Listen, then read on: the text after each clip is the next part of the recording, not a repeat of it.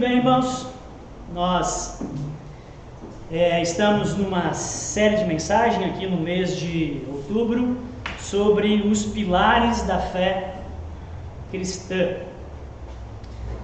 E essa aqui é a nossa terceira mensagem. Eu queria que você abrisse sua Bíblia, de novo, você que trouxe uma Bíblia, no livro de Gálatas, na epístola, na carta de Paulo aos Gálatas, capítulo 1.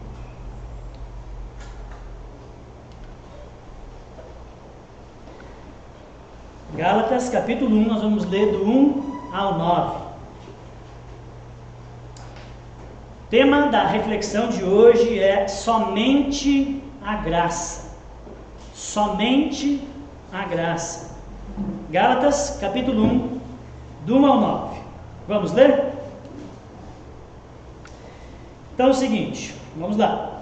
Paulo, apóstolo enviado, não da parte de homens, nem por meio de pessoa alguma, mas por Jesus Cristo e por Deus Pai, que o ressuscitou dos mortos, e todos os irmãos que estão comigo, as igrejas da Galácia. A vocês, graça e paz da parte de nosso Pai e do Senhor Jesus Cristo, que se entregou a si mesmo por nossos pecados, a fim de nos resgatar desta presente era perversa, segundo a vontade de nosso Deus e Pai. A quem seja a glória para todos sempre. Amém. Admiro-me de que vocês estejam abandonando tão rapidamente aquele que os chamou pela graça de Cristo para seguirem outro evangelho, que na realidade não é o evangelho. O que ocorre é que algumas pessoas os estão perturbando, querendo perverter o evangelho de Cristo. Mas ainda que nós, ou um anjo dos céus, pregue um evangelho diferente daquele que pregamos a vocês, que seja amaldiçoado. Como já dissemos, agora repito, se alguém anuncia a vocês um evangelho diferente daqueles que já receberam, que seja amaldiçoado. Queria dizer, essa epístola de Gálatas era uma epístola que o reformador Martinho Lutero, ele gostava muito. Era uma das suas epístolas prediletas. E eu encontrei uma frase muito interessante a respeito dessa epístola, que eu quero expor para vocês, não todas elas, né, mas essa introdução, e que revela o porquê que ele escreveu essa carta aos crentes e às igrejas da Galácia. Lutero fala o seguinte a respeito dessa epístola. Ele diz: minha epístola, a qual juro fidelidade, minha Catarina Vambora. Quem não sabe, Catarina Vambora é a sua esposa. Então ele estava dizendo, assim como ele jurou fidelidade à sua esposa, ele jurava fidelidade ao conteúdo dessa carta, que para ele era, toda a Bíblia, mas para ele era muito especial mesmo o que dizia ali. E é sobre isso que eu quero falar agora também para vocês nessa noite, porque na introdução Paulo já deixa bem claro o porquê dessa carta e por que Lutero gostava tanto dela. Bom, vamos situalizar de novo. Então essa é a terceira mensagem da série, os pilares da fé cristã, e esse tema dos pilares da fé cristã é importantíssimo, é muito importante. Pilares são estruturas robustas que sustentam uma construção. Desde a época da Reforma Protestante, ou seja, há mais de 500 anos, a tradição cristã evangélica tem ensinado sobre a importância de pelo menos 5 pilares. Há mais de 500 anos tem se ensinado a respeito de 5 pilares que sustentam a fé cristã, onde está toda a construção da nossa crença protestante, evangélica. E esses pilares são importantíssimos. É fundamental que você que segue a Cristo, você que confessa a fé cristã, você é um cristão, você é um protestante evangélico, é fundamental que você saiba quais são esses 5 pilares e, no mínimo, saber rabiscar o que eles significam. É fundamental. Hoje nós vamos falar então do terceiro, que é somente a graça. Já falamos aqui do somente as Escrituras e do somente Cristo. Se você quiser saber mais a respeito, você pode ver o vídeo aí no Facebook ou no Instagram ou no canal do YouTube. Está na íntegra aí a mensagem, você pode assistir, porque é fundamental. Mas hoje nós vamos falar do somente a graça. Quando falamos de somente a graça, deixa eu ajeitar aqui, irmão, só um minutinho. Vai melhorar agora sim. Aí. Então, quando se fala de somente a graça, significa que nós estamos dizendo que a salvação nos é oferecida gratuitamente e imerecidamente. É isso que nós falamos quando nós dizemos que nós acreditamos e que isso é um pilar na nossa fé, o somente a graça. Ou seja, a salvação, ela não é uma espécie de gratificação. A salvação não é uma conquista pessoal. Ela não é uma consequência de algumas atitudes e práticas que você desenvolve na vida e em consequência disso, então, você ganha a salvação. Não. A Bíblia diz que Jesus fez sozinho todo o serviço necessário lá na cruz do Calvário para que eu e você fôssemos salvos.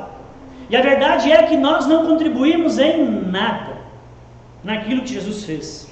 E nós não contribuímos em nada ainda hoje para a nossa salvação. Porque era pela graça somente. Pela graça somente nos foi dada a salvação de nossos pecados. Não fizemos por merecer. A salvação não é uma recompensa por um comportamento.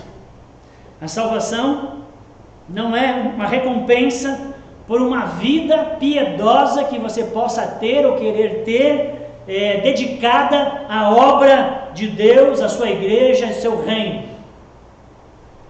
Ou porque você é uma pessoa do bem, você é uma pessoa bacana, uma pessoa boa, né? Não mata, não rouba, né? Você é do bem, então você merece a salvação. Ou seja, pela ética e pela moral que você pratica. Não, irmãos. Não é isso que a Bíblia ensina. A Bíblia diz, Efésios capítulo 2, versículo 5, pela graça sois salvos. Nós somos salvos pela graça. A palavra graça quer dizer um favor imerecido. A Bíblia afirma categoricamente que nós somos salvos sem merecer, sem termos feito nada para ganhar essa dádiva. Ainda em Efésios 2,9 diz que não é por obras. Não é por algo que você faz, um comportamento, atitudes, uma vida, para que ninguém se glorie. Efésios 2,9 diz. Quando Deus quis nos salvar, Ele não ficou procurando motivos nas nossas vidas para Ele se sentir à vontade e então nos salvar. Deus não ficou procurando motivos. Ele não ficou procurando na terra aqueles que merecem ser salvos. Ele não ficou procurando os bonzinhos. Deus não ficou olhando lá no arquivo celestial o seu currículo, olhando para você o seu currículo e olhando talvez para o futuro, para ver se você teria fé no futuro. E aí Ele te elegeu antes da fundação do mundo. Claro que não. Não é isso que vemos nas Escrituras. A verdade é que somos totalmente incapazes de salvar a nós mesmos. Essa é a verdade bíblica. Nós somos totalmente incapazes de se salvar. Efésios 2:1 diz que nós estávamos mortos em nossos delitos e pecados. Então, como o Adri falou na pregação passada aqui, né, o morto não pode fazer nada por ele. E nós, estando mortos, não podíamos resolver o problema dos nossos pecados. Então nós não somos capazes de nos salvar. Quando Deus quis salvar, Ele elegeu soberanamente. Ele deu gratuitamente a salvação a quem quis. Você pode ver isso em Romanos capítulo 9, do versículo 13 ao 15. Deus elegeu e escolheu salvar quem Ele quis. Não dependia do homem. Deus não retribuiu. Na verdade, Ele atribuiu. Ele deu sem que merecêssemos. Aquilo que nós não poderíamos fazer por conta própria. Isso é somente a graça. E essa boa e escandalosa notícia, na verdade, essa é a boa e escandalosa notícia, que Deus salva, independente de nossas obras. Para alguns isso é um escândalo e não conseguem entender a grandiosidade dessa verdade. Mas o fato é que a salvação é somente pela graça. E eu não sei você, mas entender isso tira toneladas de peso dos meus ombros. Isso é maravilhoso, é fantástico entender que não depende de mim, mas é dádiva. Depende de Cristo e de somente Ele. Esse artigo, que é um dos pilares da fé cristã, o reformador Martinho Lutero, ele dizia que é o artigo segundo o qual a igreja se mantém de pé ou a igreja cai. Se a igreja entende e vive esse artigo, a igreja fica de pé, é robusta e avança na terra. Mas se a igreja não entende esse artigo e não vive isso nas suas práticas, não tem isso na sua teologia, então a igreja cai. Esta era a visão do reformador a respeito deste pilar. E Paulo, ele escreveu para as igrejas e para os irmãos da Galácia, texto que nós lemos aqui no início, para falar com eles sobre essa questão da graça. A graça estava sendo corrompida. Paulo estava vendo que a graça estava indo para o beleléu. E ele temia que aqueles irmãos e as igrejas recém-plantadas por ele fossem para o beleléu também, se a graça fosse corrompida. Então Paulo está escrevendo para eles a respeito da graça. E Paulo havia, irmãos, ensinado os irmãos que Deus ama e que Deus se relaciona com o ser humano, com o homem, com base nos méritos de Cristo e não com base nos nossos próprios méritos. Deus não olha para as suas obras e as suas ações e diz: esse vale a pena, eu vou me relacionar com ele. Não, Deus olha para aquilo que Jesus fez. E por causa do que Jesus fez, ele se relaciona e ama o homem. Paulo ensinou o fundamento correto e o princípio da graça para os irmãos na Galácia e para as igrejas, que foram várias cidades, onde ele plantou. Mas eles estavam corrompendo essa preciosa doutrina da fé cristã. O versículo 6 não está projetado aí, mas no versículo 6 Paulo diz, nós lemos, olha só como Paulo diz, depois de fazer uma introdução, dizendo quem ele é, né, saudando os irmãos na graça e etc. Agora ele vai entrar no tema, o que ele quer realmente falar, e vai desenvolver no restante da carta. O versículo 6 ele diz: admiro-me que vocês estejam abandonando tão rapidamente aquele que os chamou pela graça de Cristo para seguirem outro evangelho. Eu estou pasmo, eu estou perplexo, me admira, Paulo está dizendo. E então Paulo passa a exortá-los para que eles retornem ao verdadeiro evangelho da graça de nosso Senhor Jesus Cristo. A partir desse texto que nós lemos, do 1 ao 9, mas mais especificamente do 6 ao 9, eu quero pontuar aqui, irmãos, quatro coisas para vocês, a partir desse texto e da importância desse pilar, somente a graça. E preciso... Não foi?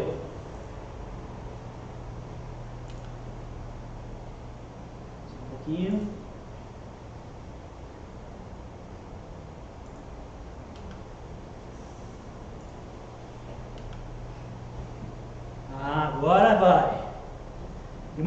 mudamos a nossa maneira de fazer a transmissão. Nós estávamos num jeitinho mais simples. E aí nós estamos aprendendo. Vocês não têm ideia, nós estamos aqui desde as 5 horas. E foi uma benção, tentando fazer direitinho. Para ficar uma transmissão mais bacana, com qualidade melhor, para os irmãos que estão aí, também para ficar registrado. Então vai dando algumas falhazinhas. Se você não quer ficar sem a transmissão, ou dar um bugzinho, vem para o culto, você que está em casa, porque aqui está acontecendo tudo tranquilo, né? Então, irmãos, o ponto 1 que eu quero salientar aqui para vocês, dessa introdução de Paulo, dessa carta que ele amava muito e jurou fidelidade. A primeira coisa que eu quero falar aqui é sobre, o ponto 1, o Evangelho de Cristo é tudo. Irmãos, o Evangelho de Cristo é tudo. O Evangelho é absolutamente central na mensagem cristã, precisa ser central na vida dos cristãos e da Igreja de Cristo. Fora do Evangelho não há segurança. Fora do Evangelho não há vida espiritual plena. Não há espiritualidade saudável. Não há Igreja de Cristo verdadeira. O Evangelho é tão fundamental, mas tão fundamental, que Paulo exorta com força aqueles que estavam pervertendo o Evangelho. Veja o verso 8 e 9. Mas, ainda que nós, ou um anjo dos céus, pregue um Evangelho diferente daquele que eu preguei para vocês, que seja amaldiçoado. Como já dissemos agora, eu repito, se alguém anuncia a vocês um Evangelho diferente daquele que já receberam, que seja amaldiçoado. Forte, não é, irmãos? Forte, porque Paulo sabe da importância do Evangelho. E ele sabe que se esse pilar cai, a igreja e os irmãos caem. Paulo está dizendo ali, sejam malditos, sejam entregues aos horrores do inferno quem perverter o Evangelho. Paulo foi forte, porque ali estava lidando com uma coisa extremamente séria. O Evangelho de Cristo, irmãos, é tudo. A sua mensagem é o cerne da fé. E já que eu estou falando de Evangelho, eu preciso definir o que é Evangelho, para você entender, porque as pessoas às vezes têm uma ideia errada. Então eu quero definir para você o que é Evangelho. O homem está perdido em seus pecados e por isso separado de Deus, totalmente incapaz de resolver o problema da condenação eterna que está sobre ele por causa dos seus pecados. Mas Deus, sendo rico em misericórdia e amor, perdoa e salva o homem pecador por meio do sacrifício substitutivo de Jesus na cruz. E isso Deus faz pela graça somente. Ou seja, sem que o homem faça algo para merecer esse grandioso favor. Isso é o Evangelho. Essa é a boa notícia. Todos esses itens compõem o Evangelho. Presta atenção no que eu vou te dizer. Tudo na fé cristã está ligado ao Evangelho. Vou repetir. Tudo na fé cristã está ligado ao Evangelho. Se você não vê o Evangelho em tudo na sua vida, porque você é um cristão, é porque você ainda não tem experimentado o todo do Evangelho. Porque tudo na fé cristã está ligado ao Evangelho. Deus, a salvação, a humanidade, a adoração, a família, a igreja, os relacionamentos, o lazer, o trabalho, a pessoalidade, o futuro, tudo está ligado ao Evangelho.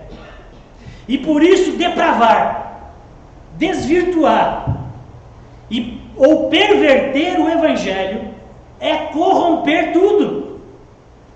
Paulo sabe que os prejuízos são enormes. Na mitologia grega, existe o toque de Midas. Midas era um rei que tudo que ele tocava virava ouro. Vocês conhecem essa mitologia, né? Essa é bem conhecida. Mas também na mitologia grega existia o toque de Sadim. Tudo que Sadim tocava virava desgraça, porqueira, apodrecia. Sadim. Assim como o toque de Sadim, assim é o abandono ou a distorção da graça divina na igreja e em nossas vidas. Tudo vira desgraça. Perverter a graça é perverso. É a inversão. Perversidade é a inversão do bem. É fazer o bem se tornar em mal. Paulo sabe disso e esbraveja com a perversão que estão fazendo com o Evangelho, aquilo que está acontecendo no meio da igreja na Galácia. São várias igrejas. Galácia é uma região antiga, né? Então, o Evangelho é tudo. E agora, eu quero falar do segundo ponto. Precisamos crescer no Evangelho. O Evangelho é tudo. E o segundo ponto é que nós precisamos crescer no Evangelho. Colossenses 1,6. Queria ler com você. Colossenses 1,6. Para você está projetado, para mim não está. Só um minuto.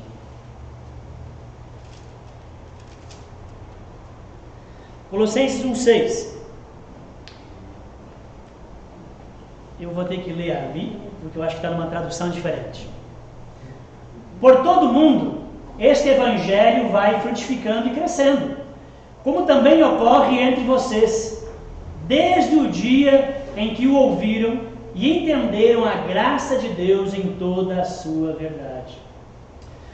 Paulo começa essa carta elogiando, agora é uma outra cidade. Paulo está elogiando a fé desses irmãos. E desde o dia que o Evangelho chegou até eles, porque eles eram gentios, eles não conheciam o Evangelho, eram pagãos, bárbaros. E desde o dia que o Evangelho chegou até eles, Paulo está elogiando porque o Evangelho tem crescido, frutificado e prosperado. Então Paulo elogia o crescimento do Evangelho no meio deles.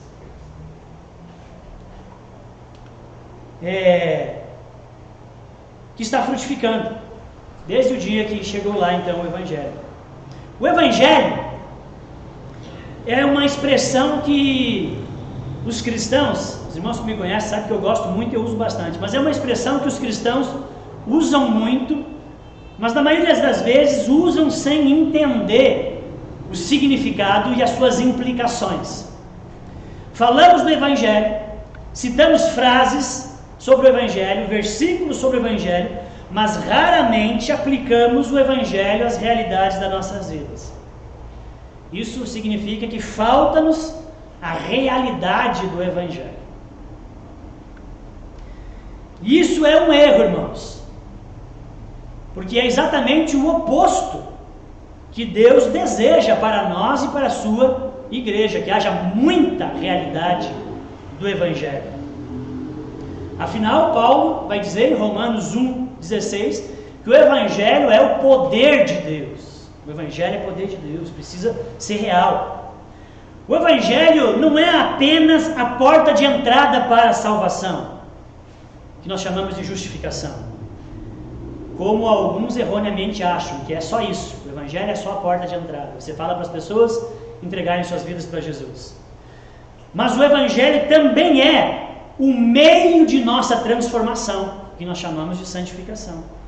Não é somente a libertação da punição do pecado, justificação, mas é também a libertação do poder do pecado, santificação. O Evangelho não somente nos declara justos perante Deus, justificação, mas também liberta-nos para termos prazer em Deus, santificação. O ponto, irmãos, é que o Evangelho, ele muda tudo. A vida cristã inicia na conversão. Você se torna um cristão no dia da sua conversão, no dia que você dá meia volta e diz: eu vou seguir esse homem, eu vou seguir Jesus Cristo, Ele é Deus, minha vida pertence a Ele. Então a vida cristã começa na conversão, quando me torno ciente da distância entre a santidade de Deus e o meu pecado, e passo a confiar somente em Jesus, que fez aquilo que eu jamais conseguiria fazer. Ele desfez a distância entre o meu pecado e a santidade de Deus, tomando sobre si a minha culpa e me declarando justo perante o Pai.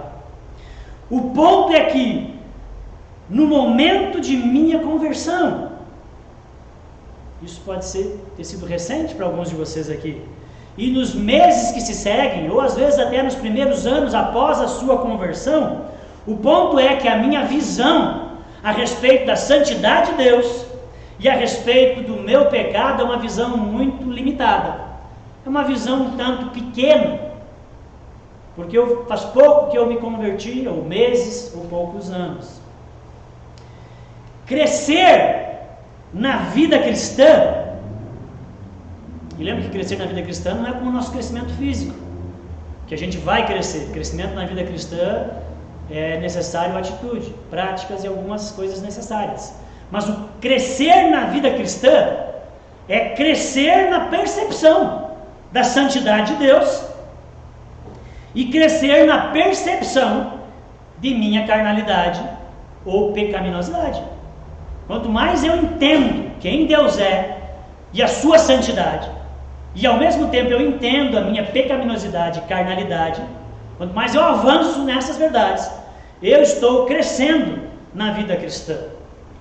Então, à medida que eu percebo cada vez mais como Deus é, como diz Isaías 55, 8 e 9, e como eu realmente sou, conforme diz Jeremias 17, de 9 e 10, é que eu percebo então que está havendo um crescimento na minha fé, na caminhada com Cristo.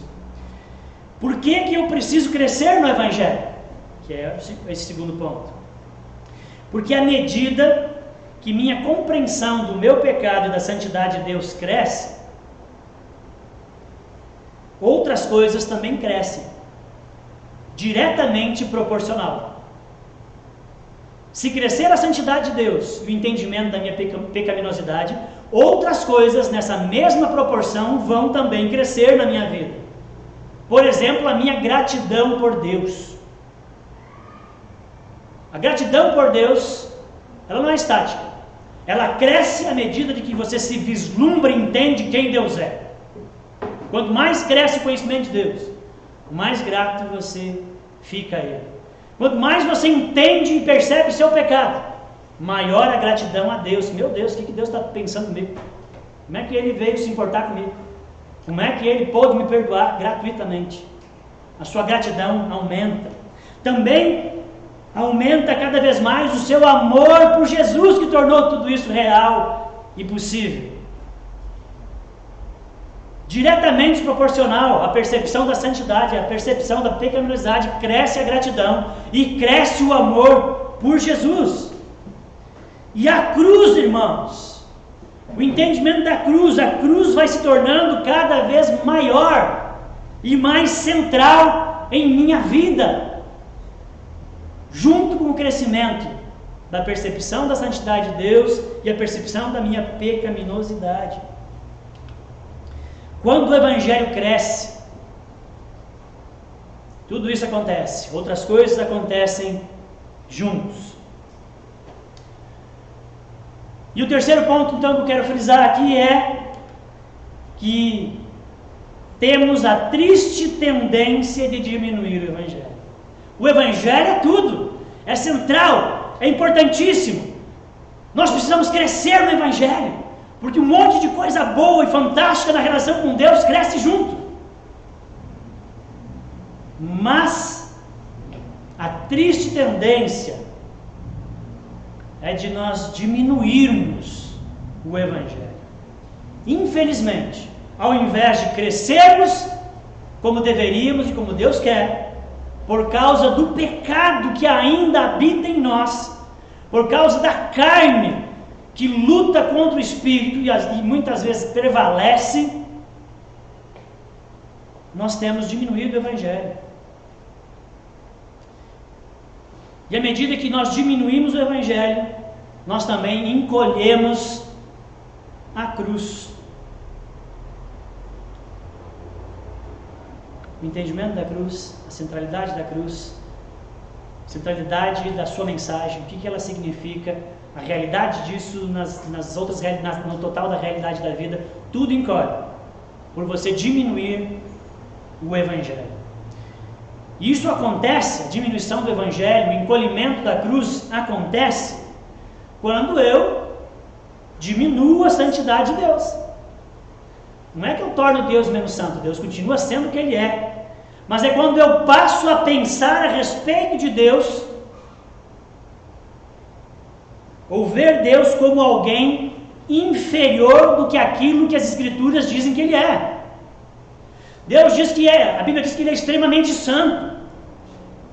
E eu passo a olhar para Deus, não mais como um Deus extremamente santo, mas um Deus que tolera o pecado, um Deus que faz vista grossa, um Deus que diz, não, estou nem aí. Ou seja, a sua percepção da santidade de Deus diminuiu. Deus já não é mais tão soberano, tão fortão, tão grandão. Quando isso acontece, o Evangelho diminui e a cruz diminui. Também diminui o Evangelho e a cruz, por outro lado, quando diminui a percepção de Deus, da santidade de Deus, mas também quando eu elevo a justiça própria, pensando sobre mim, sobre eu, como sendo alguém melhor do que eu realmente sou.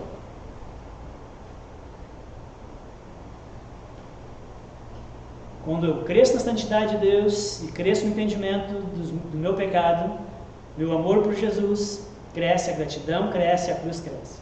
Mas quando o meu entendimento de Deus diminui, quando eu diminuo quem Deus realmente é, tenho uma percepção menor do que Deus de fato é, quando eu tenho uma percepção elevada demais de quem eu sou, então a minha justiça própria aumenta, e isso faz com que a cruz diminua e o Evangelho diminui. Quando isso acontece, a cruz se torna menor e menos central. A importância de Cristo também diminui, e o prazer em Deus também diminui na minha vida. Esse encolhimento da cruz é devido basicamente, que acontece quando essas duas coisas que eu falei para vocês, mas eles são devidos basicamente a duas práticas que nós tendemos a ter por causa do pecado. Duas práticas, e a primeira dela é o fingimento. O fingimento diminui o Evangelho. O fingimento reduz a cruz. O fingimento é o farisaísmo. O fingimento é a hipocrisia, porque você projetou um você maior do que você é. Você não é aquilo que você está bancando. O fingimento é crescer na percepção, ao contrário, né? É você diminuir na percepção de quem você é. Irmãos, crescer na percepção do pecado, da pecaminosidade, da carnalidade nossa, não é divertido. Não é uma coisa fácil. Eu lembro aqui de duas frases a respeito disso, de nós crescermos no entendimento, que é isso que Deus quer, do nosso pecado. Eu lembro de uma frase de Blaise Pascal, um pensador cristão do século XVI, que ele disse: crescer no conhecimento de Deus, sem crescer no conhecimento verdadeiro de quem é o homem, vai te dar soberba. E é isso que você vai encontrar um monte de teólogos, um monte de gente que sabe um monte de Bíblia, mas que são muito soberbos, donos da verdade, porque cresceu demais no conhecimento de Deus, mas não acompanhou o conhecimento de quem ele é, um pecador. Pascal também diz: mas agora crescer no conhecimento de quem eu sou, um pecador miserável, sem crescer no conhecimento de Deus, leva ao desespero. Spurgeon, pastor, outro pensador, só que agora do século XIX, ele também tem uma frase nesse sentido. Ele disse assim: olhei para Jesus e a pomba do Espírito Santo pousou em meu coração. Olhei para o meu coração e espantei a pomba. Crescer na percepção de nossa pecaminosidade não é divertido. Significa admitir para nós e para os outros que nós não somos tão bons assim. Irmãos, sem a graça de Deus, que nos faz descansar na justiça de Cristo e não em nossos méritos, isso pode tornar-se um peso esmagador, uma experiência sufocante. Quando você chega em Deus e se descobre pecador, terrível, sem a graça, isso te achata, sufoca. E alguns, em função de não ter a graça e começar a ter um entendimento da sua pecaminosidade, alguns cedem à pressão e compensam fingindo que somos melhores do que realmente somos, aparentando ser o que não é. O fingimento pode assumir várias formas. Expressa aqui nessas expressões que eu quero dizer para você. O fingimento pode aparecer na desonestidade. Quando você assume essa frase aqui: mas eu não sou tão ruim assim. Eu não sou tão ruim assim. O fingimento pode aparecer na comparação. Eu não sou tão ruim quanto aqueles outros. Tem bem gente pior. O fingimento pode aparecer nas desculpas. Mas eu não sou assim. Eu não sou assim. Pode aparecer na falsa retidão. Olhe quanta coisa boa eu já fiz. Olhe para os meus erros, para meus pecados. Olha quanta coisa boa eu já fiz. Por não querer admitir quão pecadores realmente somos, tendemos a distorcer a verdade a favor de nós mesmos e fingir. Irmão, isso só revela que alguma coisa, e não Jesus, é a sua fonte de justiça. Infelizmente, não é Jesus que te faz justo, é a sua justiça própria. E ainda, a respeito dessa justiça própria, falsa justiça, essas fontes próprias de justiça serão muitas vezes usadas para julgar e excluir os outros. Nós usamos elas para engrandecer a nós mesmos e para condenar aqueles que não são tão justos e tão bons quanto nós. Essa tendência vai na contramão do Evangelho, que é tudo. É carnal. É uma redução da cruz em nossas vidas. Você diminui na percepção de sua pecaminosidade e aumenta na percepção da justiça própria. Significa que você confia muito mais no seu braço, que você precisa fazer por merecer. A segunda atitude que nos leva a encolher a cruz, ou diminuir o Evangelho, é a do desempenho. Ou nós acabamos fingindo, porque nos demos de cara com a realidade do nosso pecado, e nós não tínhamos a graça para fazer a mediação, e então foi uma pressão muito grande, e nós cedemos à tentação do fingimento. A segunda atitude é o desempenho. Assim como não é fácil crescer na percepção do meu pecado, também não é fácil crescer na percepção da santidade de Deus. Porque crescer na percepção da santidade de Deus significa me submeter a todos os seus justos mandamentos. Significa encarar de frente o seu caráter perfeito. E isso de uma maneira séria. Significa reconhecer que estamos muitíssimos abaixo do padrão exigido. Significa encarar o descontentamento de Deus em relação aos meus pecados. Irmãos, sem a graça de Deus, que nos faz entender que nós somos aceitos apesar de quem nós somos, apesar de nossas ações, porque não é por obras, não tem como. Por isso que se cai esse pilar, cai tudo. Sem a graça de Deus, não dá. Sem a graça, nós seremos tentados, diante dessa grandiosidade da pureza e da santidade de Deus, nós seremos tentados a compensar e passar a buscar agora ganharmos a aprovação e o amor de Deus pelo nosso desempenho.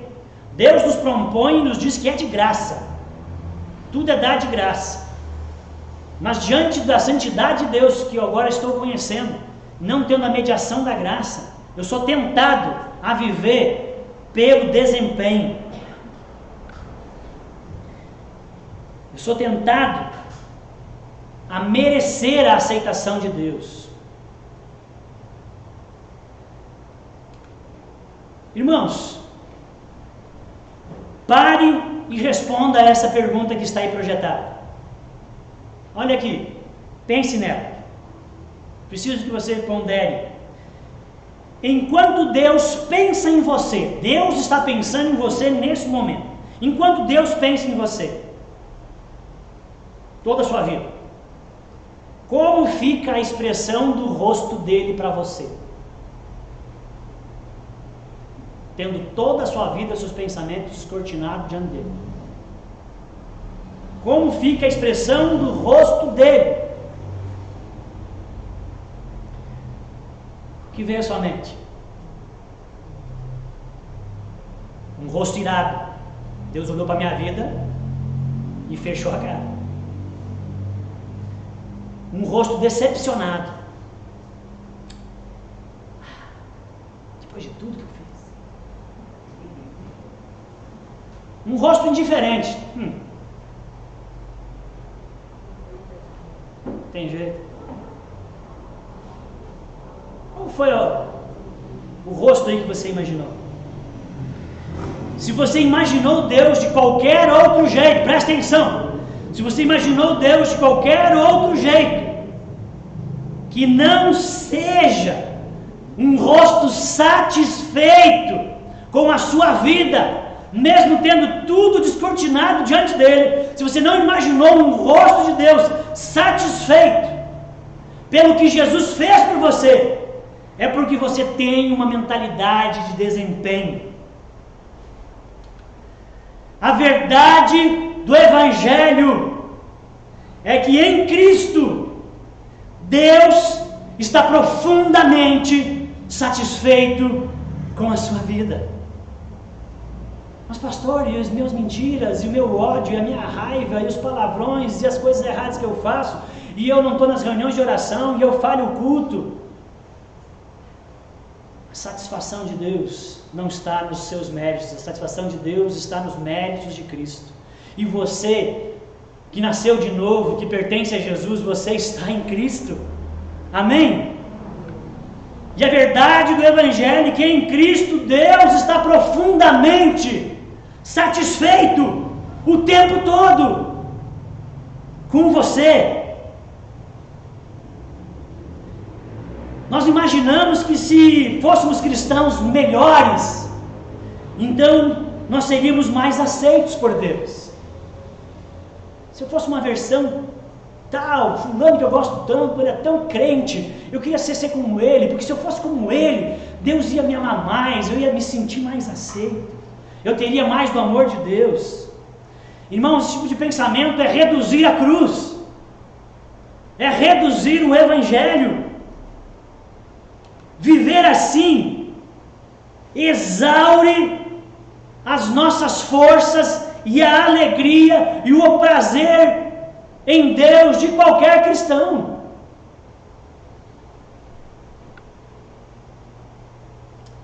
Você é aceito graciosamente por causa de Jesus. Quando Deus olha para você, Ele não vê você diretamente. Quando Deus olha para você, Ele vê o seu Filho, em quem Ele tem muito prazer. E você habita no Filho. E o olhar de Deus para você é sempre de satisfação e de prazer. Deus está irado com os pecados da humanidade. Mas por causa de Jesus, Deus não está mais irado com os seus filhos. Não existe um Deus irado contra os seus filhos. Porque toda a ira de Deus foi aplacada na cruz. Em Jesus, quando tomou sobre si todos os nossos pecados. Não existe ira de Deus para você que está em Cristo. Meu Deus, isso é um absurdo. Isso para mim é escandaloso e demais maravilhoso. Isso é a graça do Senhor. Nada que você faça pode aumentar ou diminuir o amor que Deus sente por você, o perdão que Deus já te deu, a aceitação que Ele tem por ti. Nada, porque não são os nossos méritos, é somente a graça. E o quarto e último ponto é que é a perda do entendimento da graça que causa a perversão do Evangelho. O Evangelho é tudo. Nós precisamos crescer no Evangelho. O Evangelho precisa se tornar uma realidade na nossa experiência em todas as áreas. Mas por causa do pecado nós diminuímos no Evangelho. Mas se eu crescer na percepção de Deus e no entendimento de que eu sou, o Evangelho vai continuar crescendo e a cruz crescendo, cada vez mais conforme o gráfico que a gente viu ali da cruz, e que depois você pode voltar e ouvir de novo essa mensagem, olhar bem para aquele gráfico. Mas é a perda do entendimento da graça, um ensino errado da graça. Infelizmente tem um monte de igreja que não sabe o que é graça, que fala de graça, mas não é graça. É legalismo, moralismo. Não há graça na igreja, não há graça na pregação, não há graça, não há o Evangelho. E o entendimento errado da graça causa a perversão do Evangelho. Olha só o que diz o versículo 6 e 7. Eu voltei. Versículo 6 e 7. Admiro-me que vocês estejam abandonando tão rapidamente aquele que os chamou da graça de Cristo, para seguirem outro Evangelho, que na realidade não é o Evangelho. Não é o Evangelho aquilo que vocês estão seguindo. Vocês deixaram o Evangelho verdadeiro, estão achando que estão seguindo o Evangelho. Mas isso que vocês estão vivendo sem a graça não é Evangelho. Esse Jesus que vocês estão seguindo sem graça é uma caricatura, é outro Jesus. Não é o Evangelho. O que ocorre é que algumas pessoas estão perturbando, querendo perverter o Evangelho de Cristo. Veja o que Paulo diz. O abandono ou o afastamento da graça que ele fala no versículo 6, que ele está admirado que está acontecendo com os irmãos, leva à perversão do Evangelho, que ele fala no versículo 7. Ao ponto de não mais ser o Evangelho de Cristo que está acontecendo ali, nas pregações, nas reuniões, a igreja reunida, não é mais o Evangelho de Cristo. Esse texto ele diz que existem dois Evangelhos. Existe o Evangelho de Cristo, que é maravilhoso, que é escandaloso, que é isso que eu falei para vocês. Mas existe também um outro Evangelho. A palavra do grego aqui é hétero. Tem uma outra palavra no grego para outro que significa de igual valor. Elos, acho que é isso. Mas a palavra que Paulo usa aqui é hétero, o outro evangelho, hétero, que é de diferente valor. Paulo está dizendo que o que vocês estão pegando aí é coisa ruim. O que vocês estão vivendo e aquilo que vocês aceitaram como verdade não é o evangelho verdadeiro. Isso está empobrecendo vocês. Vai trazer sérios prejuízos para a fé de vocês, para a vida de vocês, para a família, para a igreja, para o evangelismo, para o futuro. Porque não é o evangelho. Irmãos, Paulo ensinou o Evangelho de Cristo aos Gálatas. Ele ensinou que Deus nos salva por meio de Cristo somente, sem merecimento algum de nossa parte. Mas o que aconteceu é que um tempo depois que Paulo se afastou da Galácia, onde ele plantou as igrejas, um tempo depois, alguns cristãos, só que alguns cristãos judaizantes apareceram na Galácia, ensinando um ensino diferente daquilo que Paulo ensinava sobre o Evangelho. E os irmãos estavam abandonando o ensino de Paulo, que era o Evangelho de Cristo, e abraçando esse ensino diferente, hétero, que os irmãos cristãos judaizantes estavam trazendo para a igreja. E Paulo ficou admirado que tão depressa eles abandonaram. Esse ensino que os judaizantes traziam era um ensino que não aceitava o pilar do somente a graça. Eles ensinavam que a salvação era por meio de Jesus, porque eles eram cristãos judaizantes. Então eles ensinavam que a salvação era por meio de Jesus, mas não somente Jesus. Você precisa aceitar Jesus na sua vida, reconhecer Ele como Salvador, mas você precisa fazer a sua parte. Você já ouviu esse discurso? Você precisa merecer a salvação. A salvação não era totalmente merecida. Esse era o discurso dos judaizantes. No ensino deles, a salvação vinha se você acreditasse em Jesus, que Jesus era o Messias, e obedecesse às leis judaicas. Você tinha que dizer: Jesus é meu Senhor, orar para Jesus, mas obedecer todas as leis da Torá. Aí sim você é um salvo. Se você só tem Jesus na sua vida, mas você não obedece à lei judaica, então você não é um salvo. Essa ideia de Cristo mais alguma coisa para ser salvo é o outro evangelho. Por exemplo, Cristo, você tem Cristo na sua vida, mas você acredita que para se sentir salvo e ter certeza da salvação, se você morrer hoje, tem gente que pensa assim: estou andando na rua, né, se cair a laje em cima de mim e eu morrer, e hoje ainda eu não orei, não deu tempo de pedir perdão pelos meus pecados, eu estou lascado, estou no inferno.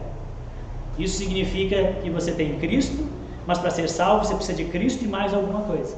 Você precisava ter tido um dia bem certinho e não ter pecado, não ter feito nada errado. Jesus tem que vir e você tem que morrer no dia que você fez tudo certo. Isso é o outro evangelho, de menor valor, feio, pobre, míope. Cristo e fazer tudo certinho, Cristo e ter uma vida de santidade, Cristo mais uma vida dedicada aos serviços da igreja ou do reino de Deus. Irmãos, fazer tudo certinho, santidade, servir na obra, é o que Deus quer. Só que isso não é para você ter certeza da salvação por causa do que você faz. Você faz porque você já tem a certeza da salvação. Amém? Amém. Quando eu faço essas coisas, eu tenho Jesus, e aí eu tenho uma vida certinha, santa, coopero com a igreja, com o reino. Quando eu faço isso, então eu me sinto amado, então eu me sinto aceito. Então quando eu estou fazendo todas as coisas certinhas na minha vida, então eu sinto que eu estou bem com Deus. E do contrário, eu sinto que Deus está distante. Eu sinto que Deus virou as costas. Eu sinto que Deus me rejeitou e só tem a ira de Deus agora para mim. Note que o amor e a aceitação está condicionada a fazer algo. Esse é o outro evangelho, onde a graça não é fundamental, e sim o mérito. Irmãos, isso azeda o leite. Isso é terrível no meio da igreja e da fé.